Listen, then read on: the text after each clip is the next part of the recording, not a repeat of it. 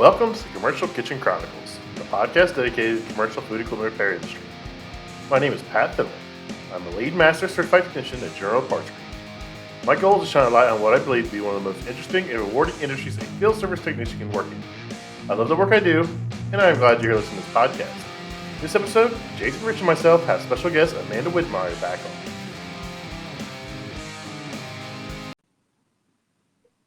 What's up, everybody, and welcome back to another episode of the Commercial Kitchen Chronicles.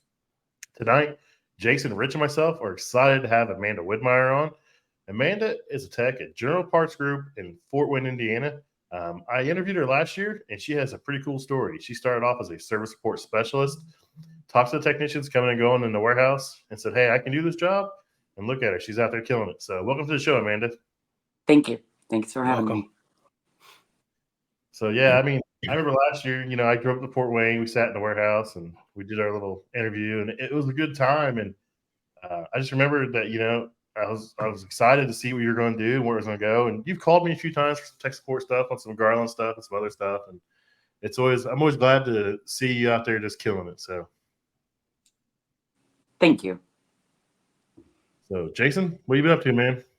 You don't have to talk about your home improvement stories if you don't want to. Yeah, I don't want to, but just been a week. The weather's a lot better here. It's been 40s at night, 50s at night, and highs of 70. I'm just this is that time of year, man. I just fall in love all over again with Florida, and then summer comes around, and I remember why I tolerate it. But this is the time of year people come here on vacation and get suckered. And this is how they get catfished into thinking Florida is great. And then they come down here and they're, and they're like, we're moving. They just pack it up, come down here. And then they hit summer and then they're like, what was that? What happened? So that's Florida. That's exactly what it is. So, but it's been a good week so far. So, Rich, anything with you, man? Been a week for work? Or? It's been a week, bro. It's been a week. I don't know. People here, don't understand what the word ready means. I tried to do some startups the other day. Yeah, we're ready for you. We're ready for you. Except you still haven't got that third leg of power we've been waiting on for 3 weeks on one of them, then drove another hour away because the guy says, yeah, we're ready for you to do the startup. And this was for Unox.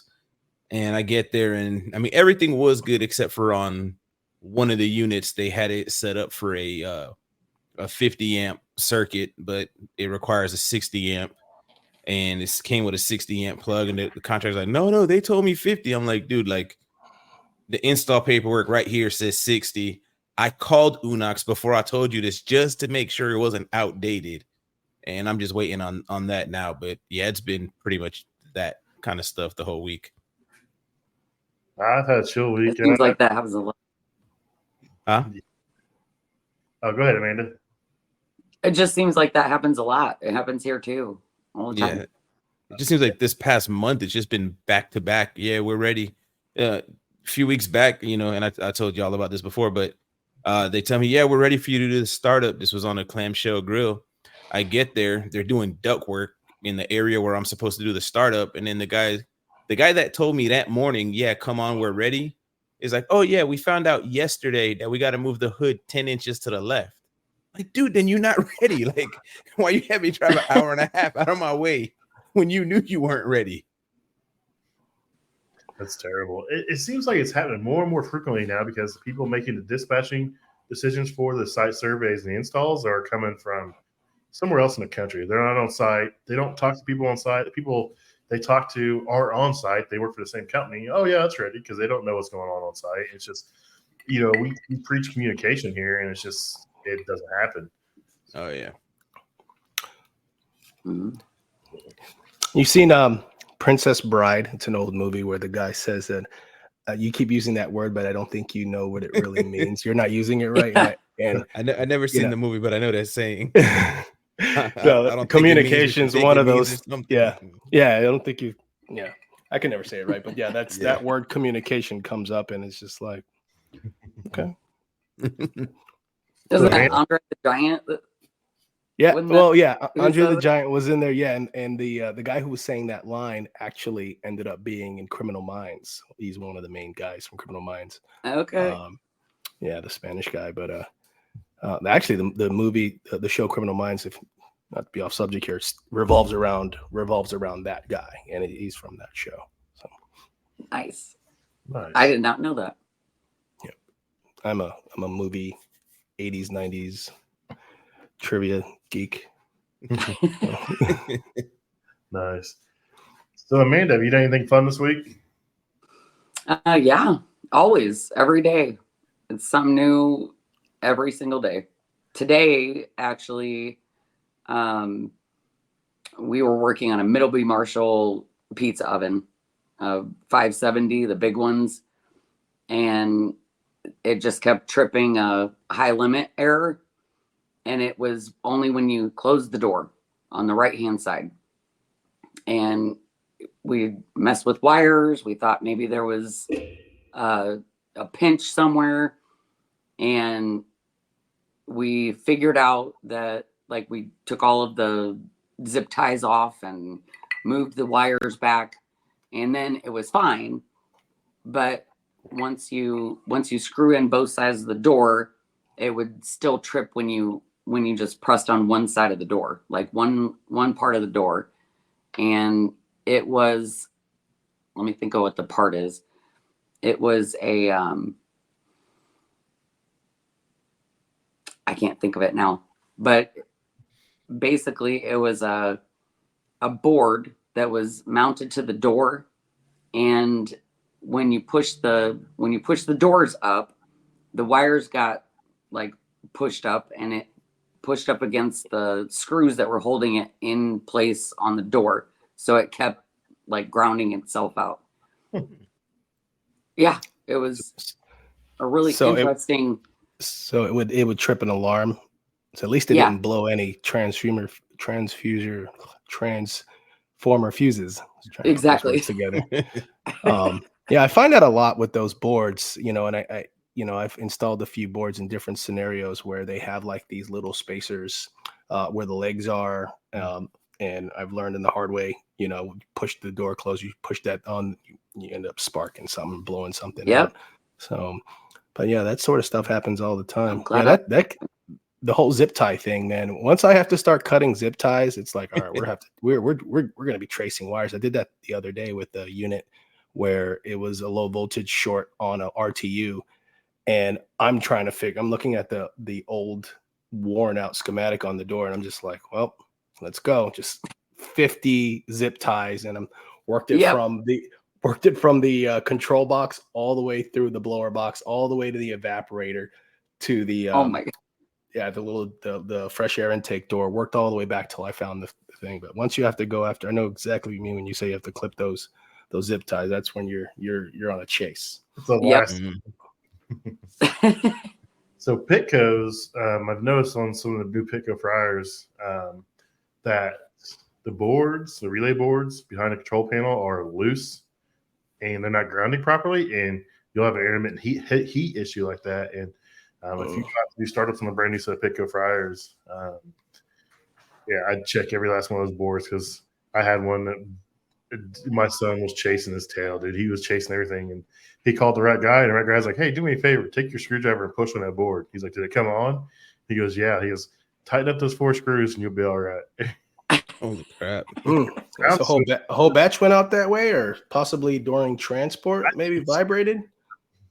Bounced around the truck, I think. Yeah. And what brand was that? It was Pitco. So it was at I've noticed it at the chicken place. What is it? Chicken place. Chick-fil-A? No. The new chicken, they're building everywhere like crazy right now in my area. I forget the name of Raising Cane's. Oh yeah. I've yet to come across one of those. I wonder, because you said that he was chasing his tail. I guess that was calling tech support. He was chasing his tail. Well, yeah. And disclaimer: I'm not trashing any particular manufacturer, but that picture that I sent y'all of that bill with all those parts changed on it, the manufacturer had our other tech basically chasing his tail, change this, change that, change the other. Then I went out there and I'm like, oh, let me check the pilot orifice. Oh, let me clean it. Oh, there we go. But they were telling him it was a gas pressure issue. It was dropping half an inch of water column, but it was only affecting the first vat. I'm like, that's not a pressure problem. Like if it alternated vats, depending on how they cycled, okay, pressure problem. But they were, no, you guys need to check the pressure. It's the pressure, it's the pressure. So they sent me out and I'm like, oh, yeah, you guys sent out the pilot orifice and it was oxidized and it was partially plugged up. And they were like, well, wow. we're not paying for that. I'm like, what do you mean? We don't pay for cleaning. I'm like, but it came rusted from y'all. Yeah, but we're still not paying for it. I'm like, oh, crap. Wow. Manufacturers can be crazy, man. Yeah. So they wanted you guys to inspect how it came, and then perform a preventative maintenance on the preemptive installation. Exactly. Exactly. We have to include PMs in our installs. Exactly. The problem is shipping containers, like their shipping containers are terrible because they hold the everything. connexes are just damp and nasty. So Amanda, how long have you been in the field now as a technician? A year now.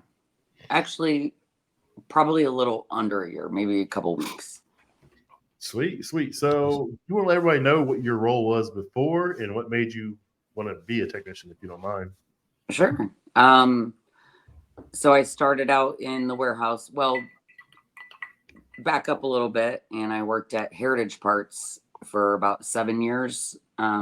Customer service. I took calls from people like us all day long and emails and just identified parts and sent quotes. And then I applied for General Parts here in Fort Wayne, Indiana, and got the job there working in the warehouse, managing the warehouse, all of the ins and outs of parts and taking care of shipping and receiving.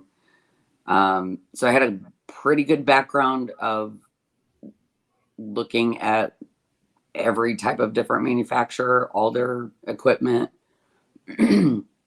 knowing, what people were looking for, learning it. And then one day I saw an opportunity with my boss, Aaron, and I asked him the next day if he thought it would be cool if I could be a technician, if I could become a technician. And he said, I don't know. He was really surprised that I asked. And he came back in about 30 minutes with a whole bunch of books and said, are you really sure that you want to do this? And I said, yeah. And he said, well, everybody else gives a thumbs up. And I started, this was in June. I believe it was the 6th of June, now a year and a half ago. And he put me with other technicians 3 days a week, I believe. And then I was just doing the warehouse the rest of the week. And I did that until October.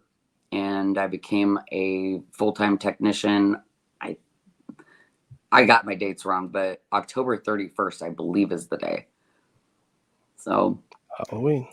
Here's where I am. I started riding solo. I got my van a couple weeks later and started riding solo after that. Hell yeah. I did go to Savessa, the NTT, the new technician training. Yep. Yeah. Yep. And that was great. It was perfect. Gas, electric, steam, and water. No, there's one before Yes. that. It's actually called New Tech Training. So it's like pretty much anyone that hasn't done anything. It's kind of like you've been here a couple of weeks and they kind of send you to that. It's kind of like the introduction to tools and how they work and stuff like that. And then the next thing would be electric, gas, steam, and water. And then that's the one I did. Yep. Nice. How'd you like that, Amanda? I loved it. It was it's pretty cool. Yeah. They're great. They're just awesome. It was good to have hands-on, be around, somewhat all those people. And it was a smaller class, maybe 12 people. So you got hands-on and you got really good time to talk about what was going on. So it was very, very helpful. I really want to go back to the other one. What is it? The EGSW. Yeah. Yes. I would love to do that. Are you on call? Yeah. I believe there's about a 9-week transition now. We've got about 9 I like- techs. Oh man, nice. don't you wish you had that, Pat? I mean, shoot, we have I think we're like 5, 6, or 7 weeks transition, but we're on teams of 2. But man, that's Man. awesome. I'm like every 3 to 4 weeks, and then when I'm not on call, I still You still take on call? so yeah, weeks where guys can't work on combis. We got weeks where guys don't do refrigeration, so it's always just like it's always there. I mean, they don't force me to do it. I'm a sucker. I create my own problems. You guys know we talked earlier this week, so you guys Yeah. know I don't say no near enough. I think. You need help saying no, just text me whenever you're like, I want to say no, but I can't. Be like, I got you, bro. I got no problem saying no. I say yes so much that when it's time to say no, it's no, and you're not changing my mind. Yeah, I'm the same way. If I tell you no, like it's a no. Don't push the issue. When Metro has a car, she wants to push the issue. I'm like, no, just leave me be. So you do hot side only, correct? Or Mostly, yes. I've started kind of shadowing refrigeration. We've got a couple of refrigeration techs, and one in particular that decided that he felt very comfortable with me riding along and trying to learn just shadowing. And so I've been doing that for maybe 4 or 5 months. I've been cleaning a lot of ice machines with them and, kind of doing the maintenance on stuff and then learning more about it. And I've got a refrigeration class at Duncan Supply coming up this month here next week. are you EPA certified yet? No. So we're gonna plug some people here that are some friends of ours. Her name's Jen. She runs a little program, but she's an ambassador for a company called SkillCat, and it's an app that'll actually help you get your EPA certification. So look into that, and then talk to your boss, and they'll pay you for your time, take it, and everything else. So look into that. It's a pretty cool little app. It's pretty fun to do. My son's he's still got to take his test, but he's done it. There's a couple other people I know that are taking this, but let's look into it. It's called SkillCat. It's pretty cool. Okay. Yeah, Thank my wife you. uses SkillCat. My wife earlier this year decided she wants to kind of get into this line of work.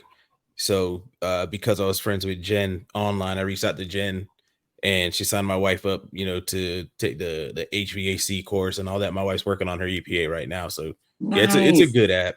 Dude, that's And dope, Rich. Yay for her. Yeah, I messed with it a little myself. I'm technically one of Jen's students. And that app goes into good detail on a lot of stuff. Like people have said it's better than trade school going through that app. So definitely check that out. Yeah. I will definitely do that. Yeah, I have an employee I hired. My last employee I hired got his EPA through SkillCat. So, and he knew nothing, and he just went through there and he knocked it out, and he's doing really well now. Nice. So, that's really awesome. So, So your wife, Rich, is just now getting into the trades, or has she been? So she's actually been a homeschool mom for the past like 17 years or so. Whenever we started homeschooling our oldest, but she's always wanted to do something, and she's always liked working with her hands, building stuff or working on stuff. And she's looked at different things, and then she was like, "I think I want to do what you do." And I'm like, "Okay, cool. Yeah, I know just the person to help you get started." So that's yeah. awesome. That's awesome. Yeah. That's really cool. So what? You've been a year. So what is some of your favorite equipment to work on? Favorite, I have a lot actually. Like every piece of equipment that I come across is different. I enjoy pretty much everything except for possibly fryers with all the bells and whistles. Yeah, they throw me off so much, and then everything's beeping at you and everyone's running around throwing oil at you, and that's where I'm like, I need a little bit of time on those. Yeah, those can be a little intimidating. Once you get them figured out, they are an absolute blast to work on because you Yeah. pretty much do everything by the screen. It pretty much tells you what's going on. I've got them down. Like, I love them. I do them all the time. And I had someone actually reach out to me today, like, "Hey, do you work on fryers?" I was like, "Yeah." They're like, "Well, I got an idea for an episode. You guys should talk about the Fry Masters where there's like 18 boards for one fryer." And I was like, "Yeah, I could see it being an issue for some people." He's like, "I just don't get it." And I was like, "You got to think of it this way. They're trying to make it safer and easier for the end user, which in turn makes it harder for us." Mhm. Basically. Yeah, my anxiety level goes from way down here to way up here. And I'm like, okay. I absolutely love them. But I've been involved with them for years and years and years, and I trained on them and everything else. So, I mean, it's just once you get used to them, it's a different story. Yeah, I can see that. And I really would like to get some more training on them. Definitely. I'm trying to get them to come to Indy and do a class. So I'm working with Mark from Fry Master. I'm working with Mark from Fry Master, and hopefully I can get him to come to Indy. I told him we got a class. I mean, we got a classroom, we've got a hood, we've got hookup for electric gas. We got 3-phase, and so I'm trying to get him to come up and do a class with us in Indy. And then if he can do that, we'll try to get some other people involved in it. And the same thing with Garland. I know you've worked on some Garland stuff because you called me about that too. Mhm. Your opinions on that? Same thing. Too many circuit boards for what it does, or is it getting easier? I'm not as intimidated by Garland anymore. I've worked on those a little bit more than I have the fryers. So I don't dislike them. I actually I would like more training on those, but it's a little more like in my comfortability range. Yeah, see, I think those Garland, like those clamshell grills, I think they look more complicated than they actually Yes. are. Because you see a bunch of different boards and you see a bunch of different wires Yeah. running all over the place. You're like, holy crap! But it's literally like these 3 things control everything. So if this isn't working, if this is going on, then it's got to be this or this, and it's easy to do a process of elimination. But when you do first look at them, it's Yeah. like, holy hell, what did I get into? Exactly. Yeah. Yeah, there's days I was like, why am I doing this? And I'm like, oh, it's not that bad once you get into it. But there's a lot of stuff in there, and they're like, oh, read the lights. I'm like, man, I can't even read what the lights say on the board. Well, it's this light. They're like, it's marked on the board. I'm like, yeah, but it's the middle lane and it's clear in the middle. How can I see that? So I'm like taking my phone, I'm like making a video with the flashlight on so I can see Yep. what he's up. Yep. And then I'm looking for the blinks. I'm like, oh, Is that for the World Grill? I know that game. the newest one, the Pearl Grill. Oh, So that's Wendy's, Chick-fil-A, and McDonald's, and General Market actually. But oh, for the last generation before that, the World Grill. I have so many pictures in my phone of me with my camera inside. Drop the panel. Take pictures of what's going on. They're like, well, what are the lights doing? I'm like, damn it, he needs to know what the lights are doing. Luke had a weird one the other day. Your buddy Luke, he called me, and I called Brendan. Luckily, I've got Brendan's personal cell phone, and I called Brendan, and Brendan's like, "No, just take it out." He's like, He was cool with it. He's like, "Good luck getting a part number, but you can take it out for the meantime." I was like, "Okay."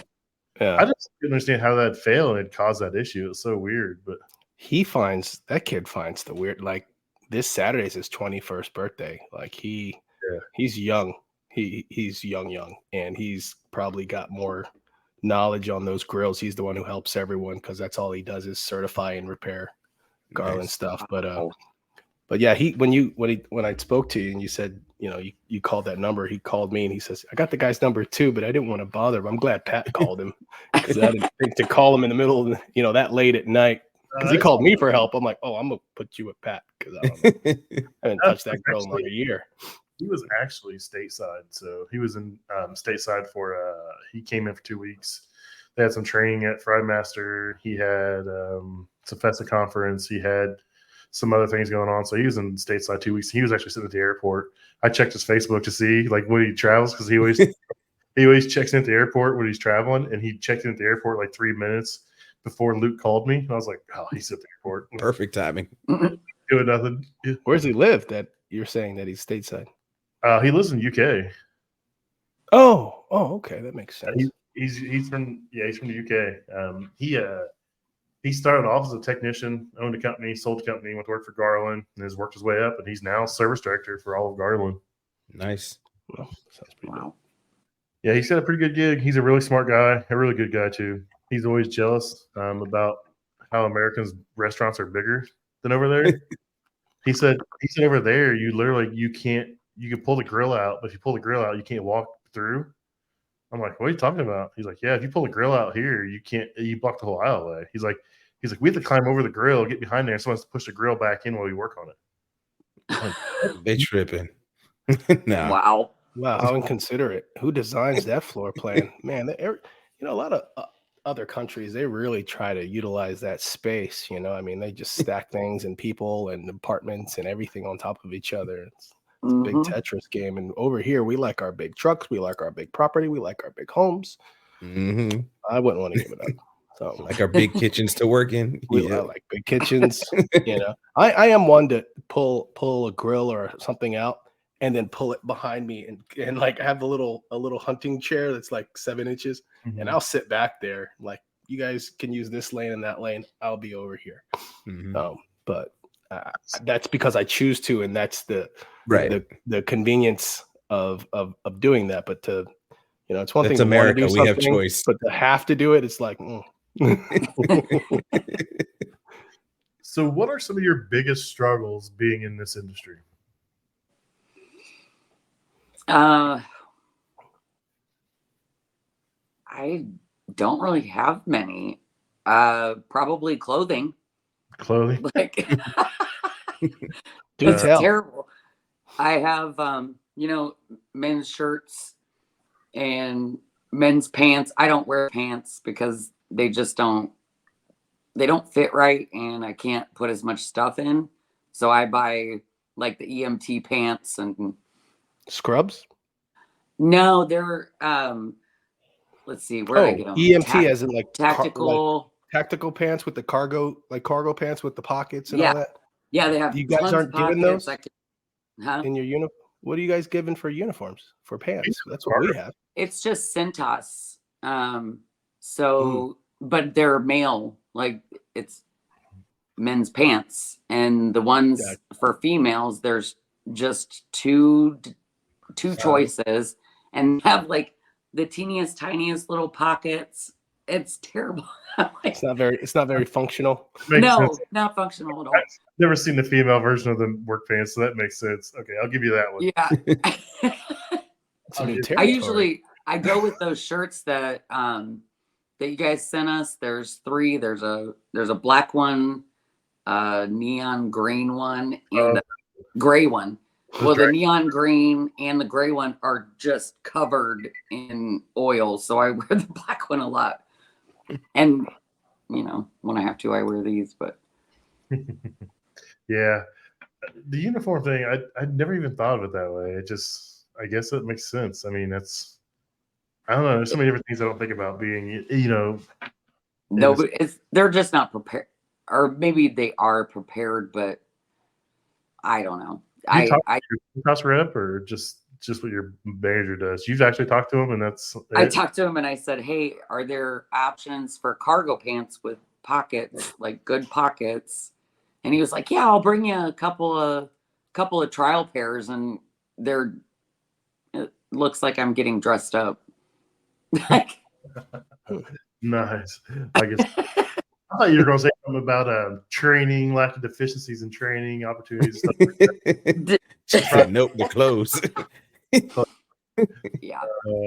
I feel you, Amanda. I mean there is a significant amount of that, and I would love to take more training, just not in the cards right now, I don't think.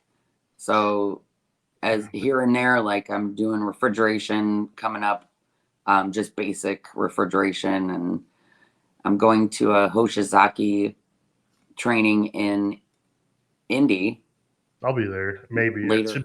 If it's the same one as me. I'm going to one. I'm not sure if it's the same one or not, but yeah, it's like the 26th of this month, I think. Yeah, that's my biggest thing. I want ice machine training. we just don't do a ton of. We don't do any ice machine warranty work besides Follett, and I think Follett's what, Tennessee maybe, or somewhere down south. I can't remember, but I don't even know where they are. I'm never going to I'm get to not go. sure. So Amanda, when you were saying that you don't normally have a lot of bad days, I can feel you on that because, I mean, I've talked about extensively. I'll have a bad day because of people before I'll have a bad day because of what I do, because there's just so much Yes. to focus on, and I get zoned out. You know, I'm pretty happy when I get to turn some wrenches and I'm just doing my own thing. I'm happy when I can train somebody else, and you know, once you get a lot of stuff down, you'll be super excited to do that too. But I don't see you having a lot of bad days. It's not crazy work. It's 90% up here, 10% execution, like I always say, and whatnot. But yeah, I still get excited when I get an opportunity to do some work. Being that I'm a manager, so like last Friday I had to change out a heat set, heating element on a big RTU, and I only ordered a heating element, but it came with this big fuse wall that has the bus bar, the fuses, the contactor, and I was just like, oh, I didn't ask for that, but it was included in the price. So I quoted 3 hours with including the drive time. So I was like, well, let me get up there and hustle, and I got it done in that time. But I'm always grateful to get an opportunity to be out there and stay sharp in what we're doing.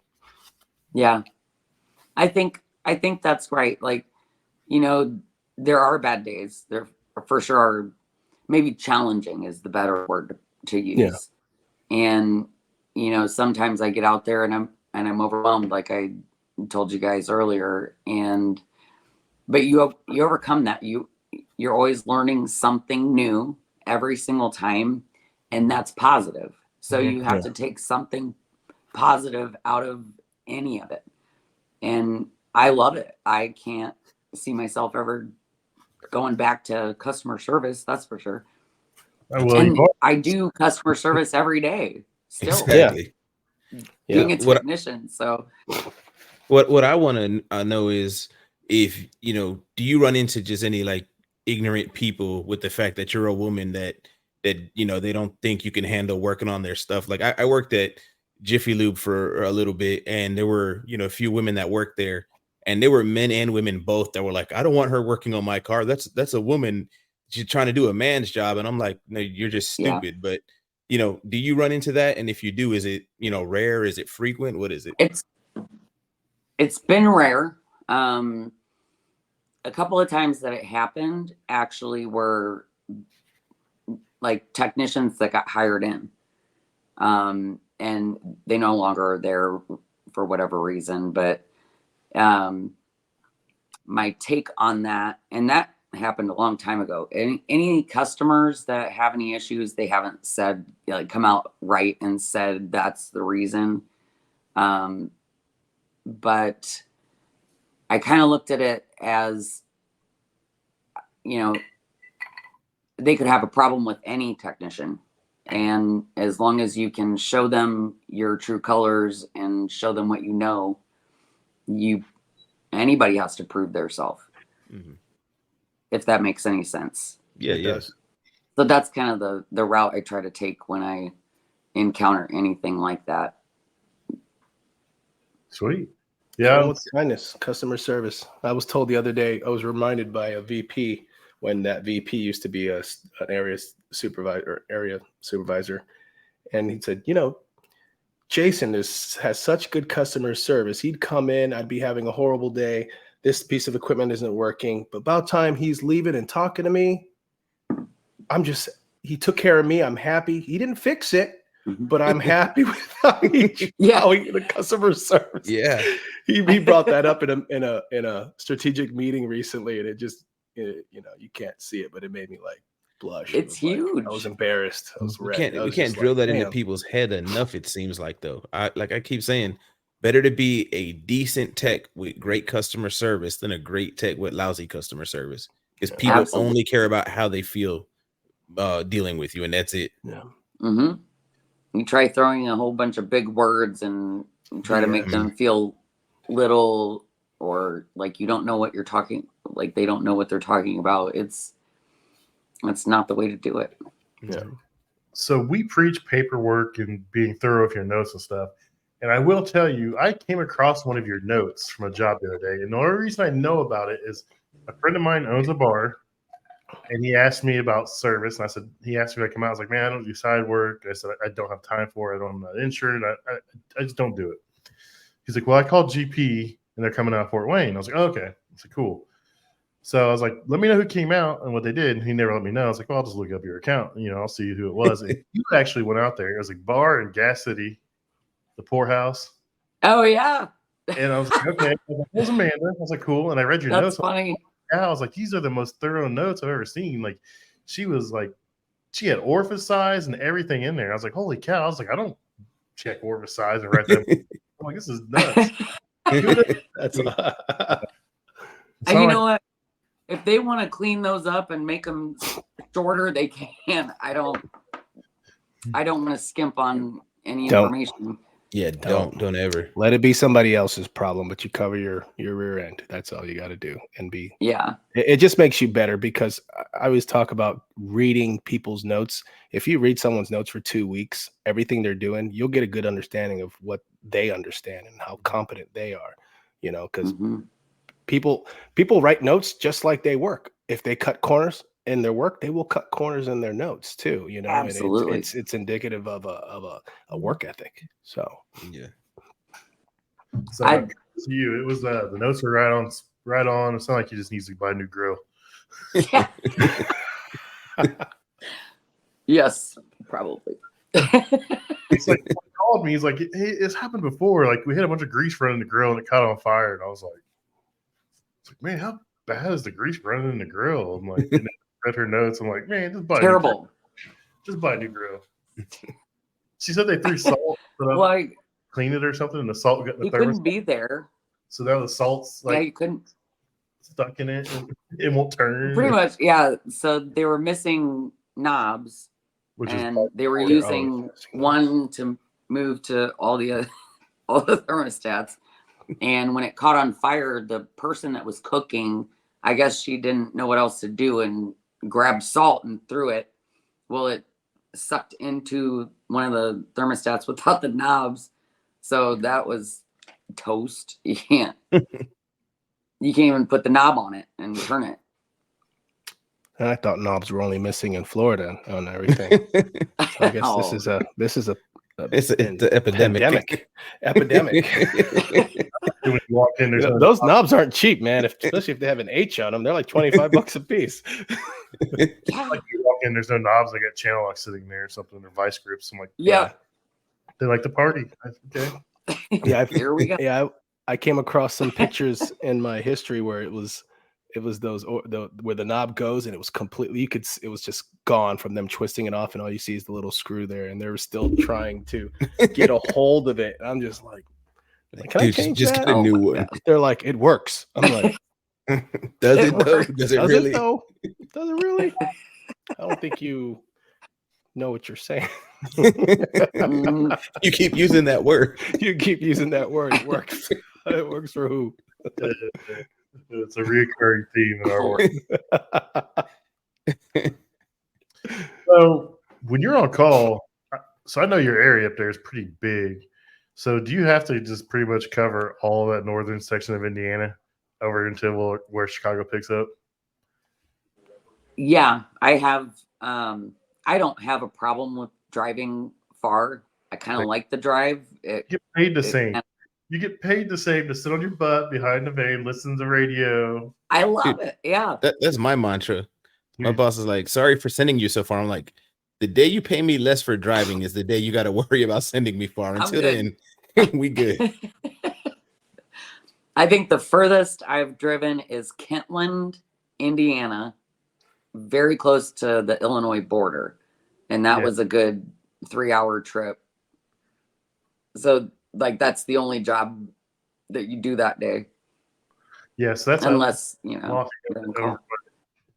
because I think there's some areas we share. It just depends on who has availability. Like we'll share some areas north of Lafayette, and then I used to get into Marion quite a bit. I don't get in there anymore, but when I first started, I used to get into Marion, but I pretty much don't go past Muncie, which is weird because I live just we go to Marion.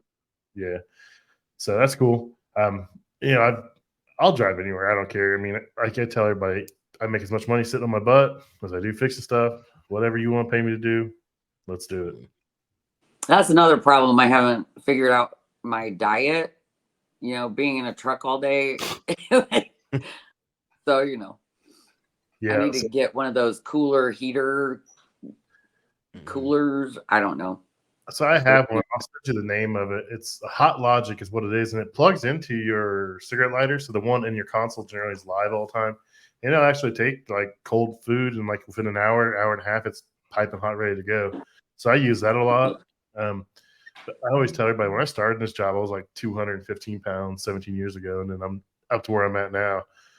Just because like everywhere you go, you're the hero. You know, Jason's favorite term, lunchtime hero, man. Everywhere you go, lunch lady's hero, you're McDonald's hero, you're this hero. You get fed everywhere you go. Yes. It doesn't take long for it to 30 pounds later. Dude, when I figured out that Fryer had that clogged pilot, they chased me down to give me some food. Like they were like, "Oh, you want any custard or anything?" And I'm like, No, I'm good. And I'm walking out the door. You want a burger? You want some fries? You want a drink? You want this? I'm like, well, I mean, if you're gonna twist my arm, I could take a double cheeseburger. Exactly. My son's been here a little over a year and a couple months, and he's like, I'm never eating in restaurants again. And then I talked to him last week. He's like, man, he's like, everywhere I go now. I was like, I told you. He's like, yeah, my pants are getting tight. I was like, dude, you better start working out. Yes. I said, it's coming. If your pants are getting tight, just you better get on it now, dude. I got 40s, 38s, 36s, and I'm working my way. I'm back down to a 38, and I'm getting back to those 36s. But in Florida, unlike a lot of other states, I found out, or at least in Maine, we have double fish fillets here, or fillet of fish. What? And that, double. And when I went on when I go to vacation in Maine, I asked for it. They're like, "What are you talking? Like, I got two heads."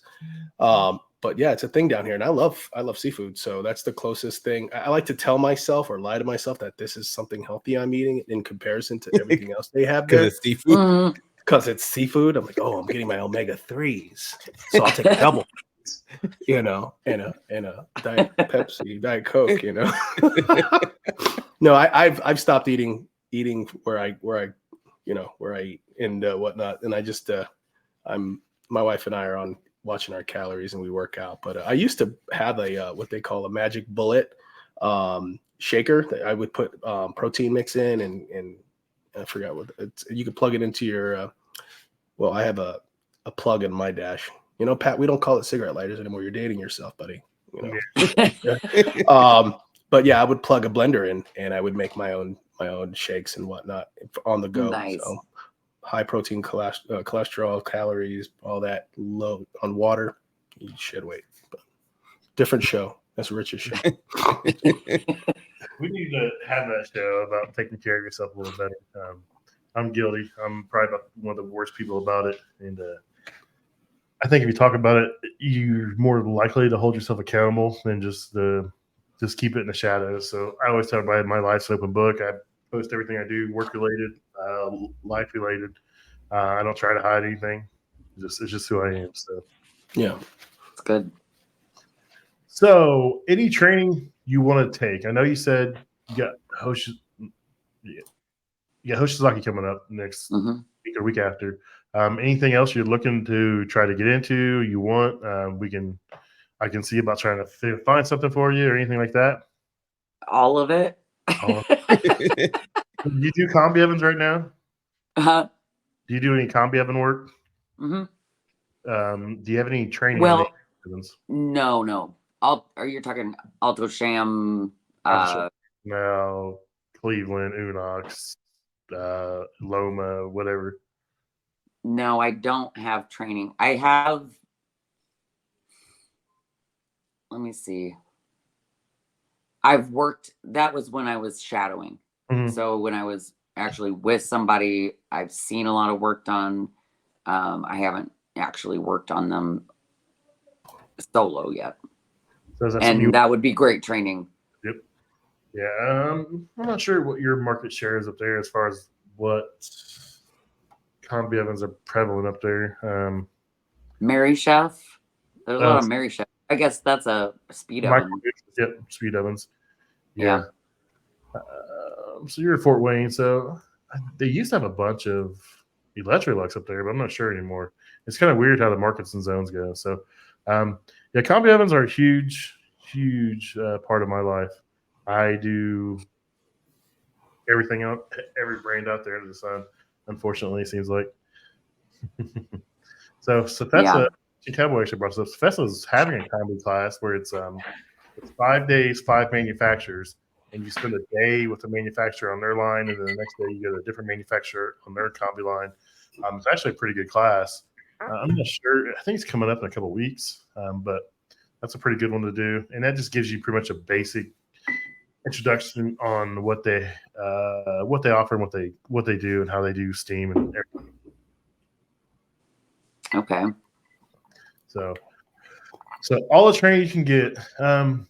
You have to keep on that training portal, and if I see anything come up, I'll let you know. I'll get hold of you. I've always got Johnny blowing me up wanting to do some Fry Master or Garlic training. Yeah. Poor Johnny. You know, I'd love to do those too. What's that? Is that an internal portal you guys are using for work? We have a training portal where it's a calendar and it just shows like everything is open to us. Just something between Whaley's and GP or just GP? Just GP. Yeah, just GP. Never mind. I'm gonna stay quiet on that. I won't say ours. Rich, stop it. I won't say ours is the most up-to-date thing. Because if I get something, I send it out, and I make sure because I talk to a lot of manufacturers with my stuff I do, and if something comes across an email, I make sure I send it out to corporate so it gets put on the calendar, stuff like that. So, I know there's a lot of online that they've been letting us do right now, but I haven't been able to get to anything other than this Hoshizaki coming up, and that's just maybe 2.5-hour drive for half a day. Yeah, I think it's one of those it's at a conference center in Carmel. I think they have like 2 days of what they're doing, so they bring them like 4 groups. So all right. Anything else you guys want to talk about? So have you planned out any goals for the next 3 to 5 years? No. Well, okay. Let's say yes. Refrigeration, I was going to wait about a year to start, and I was offered to start shadowing and learning on the job, and I jumped at it. So that was kind of one of my goals. More than anything, I just want to keep learning, and I would like to take some sort of a training on learning how to read and write wiring diagrams. I'm okay, but I'm definitely not there yet. Where I should be, where I want to be, in confidence. So that's one of my biggest goals. That's great. Yeah, those are good. What would be the, I guess maybe your biggest I don't know, maybe your biggest piece of advice, or kind of like your biggest takeaway from making a career transition, basically, like you did? Because I mean, I think that's pretty cool, because a lot of people get to like, well, I've been doing this same career for 10, 15 years, I can't make a change now, or I'm a certain age, I can't make a change now. And obviously that's something you did. I got a guy that I work with that I've told y'all about before, that he went from like working in hotels to being a bartender to coming to work with us being a PM tech. He just finished our training at corporate. Now he's a level 1 technician, and he's like my age, 38, 39 years old. And I'm like, dude, that's a cool freaking story. I'm trying to get him to come on here, but he won't. So like, I think the same thing with you. I think that's a cool story to be like, okay, I spent all these years doing this, and then you said, oh crap, I think I could do that and enjoy it. So what would be your biggest piece of advice for somebody doing that, or like your biggest takeaway in your experience from making that transition? I guess if you're looking for something new, and it might be intimidating, it might be something that you don't think you do good at, but I think just take the jump, because the more you progress in your own self is like the more you're going to learn, the more that you're going to show your kids that things can be done like that. I started this at 44, and I may not be able to get underneath a fryer or behind one in 15 years, but if I can learn, as much as I can, maybe the sky's the limit. I can possibly go to tech support. I can possibly help other technicians out in the field. I can maybe manage something. I think the sky's the limit there. And to know that, like, I am doing this, it makes me feel so good. It's probably the best I've ever felt about my job. And I think that's the biggest part. That's outstanding. That's really I'm cool. happy every day. Yeah, that's awesome. Yeah, man. I think with your organizational skills from being in parts, taking this on, I mean, that's great, and to manage an office and work with technicians, you got great leadership skills that'll continue to develop, and for you to be on the inside and now, front line of this business, and you've worked the back end, you're going to be primed for leadership, in the next few years, and no one can say you don't know what you're talking about. So Exactly. yeah. I think that's a I'm big excited part. to see that. I think that's a big part of knowing any business is Credibility. being a part of every part of it, or at least most of it, and knowing, what everybody else is going through, or how to do it. Yeah, I think that's the big disconnect between the frontline guys, girls, and those enjoying the AC inside the building. So Yes. there's a big disconnect sometimes, and a lot of it's a miscommunication, because when you don't see and communicate with people, you create your own narratives in your mind of, they don't understand what I'm going through out here. I'm hot. They're emailing me about idling my vehicle from an air conditioned office or Right. this and that, but to be and it could be anything, but for you to embrace all of it, it's like the CEO who treats, the janitor, or willing, the pastor of my church is okay with cleaning the bathrooms, Right. You gotta be able to embrace it all. So the credibility is there, and the track record will be there. And so I think you're setting yourself up to be a great example to others, if not just your family and whatnot, but, just a lot of different demographics and stuff like that. It's a changing world, and we all need to participate. There's nothing off limits, and we can all do it, and we all need to support each other. That's great. Yeah. Thank you. Well said. Very well said. So. Sweet. Well, we're approaching an hour, and I like to keep it under an hour, so Jason doesn't fall asleep on us over here. It's been a long day, bro. I haven't taken my sleeping pills yet. So I'm not going to need them. I appreciate Amanda coming on. I love watching her grow. She's not afraid to take on anything. She reaches out for help when she needs it, even though I may be a little mean and be like, "You're not supposed to be working on that. You're not trained." But she does she ain't trying to hear that. No, whatever it is. But I get it. I gotta say it. I mean, I have to say it. But she's out there and she's not scared to take on a challenge, and that's cool. You don't see that every day for people new to the job, and to be a woman that's new to the job and just being out there and having that attitude, she can fix anything. It's broke when you got there is the mentality I have. And if you fix it, you fix it. If you don't, hopefully you got to understand what's going on with it. And she seems to have it all figured out. So I see her going places the next few years. So I'm excited to see her growth and development. Thank you, Pat. Yep. So any final thoughts before we get out of here? No. They're tired.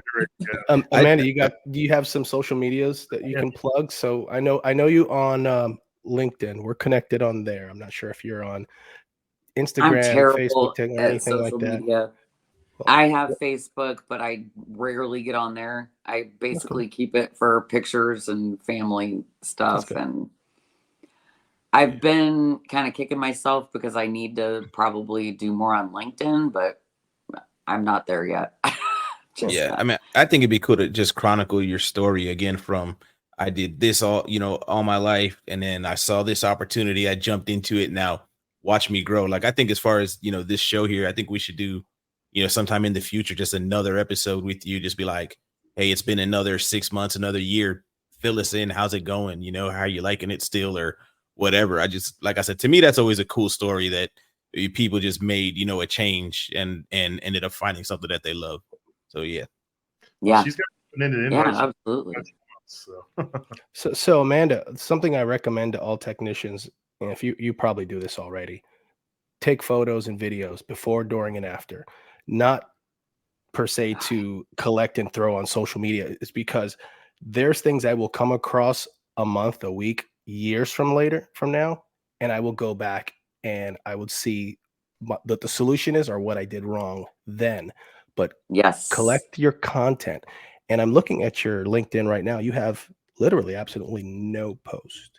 So what you want to do Nothing. with some of that content is to just drop it down there, and you don't even have to say anything, Mhm. because at first when I started posting, my biggest fear was I'm going to say something and someone's going to critique me, or there's 50-50. You're going to get people who critique you, and some people they're not very tactful at it, but you just take it as what it is. Correct. You're just sharing, and you take it as they're trying to share something with you, and go for it. And then what you share is going to inspire someone else. So don't be vulnerable, put some of that out there. It doesn't have to be a lot. I mean, you can literally look what I'm playing with today. So excited. Yeah. Just share. People want to be part of your journey. People want to support you.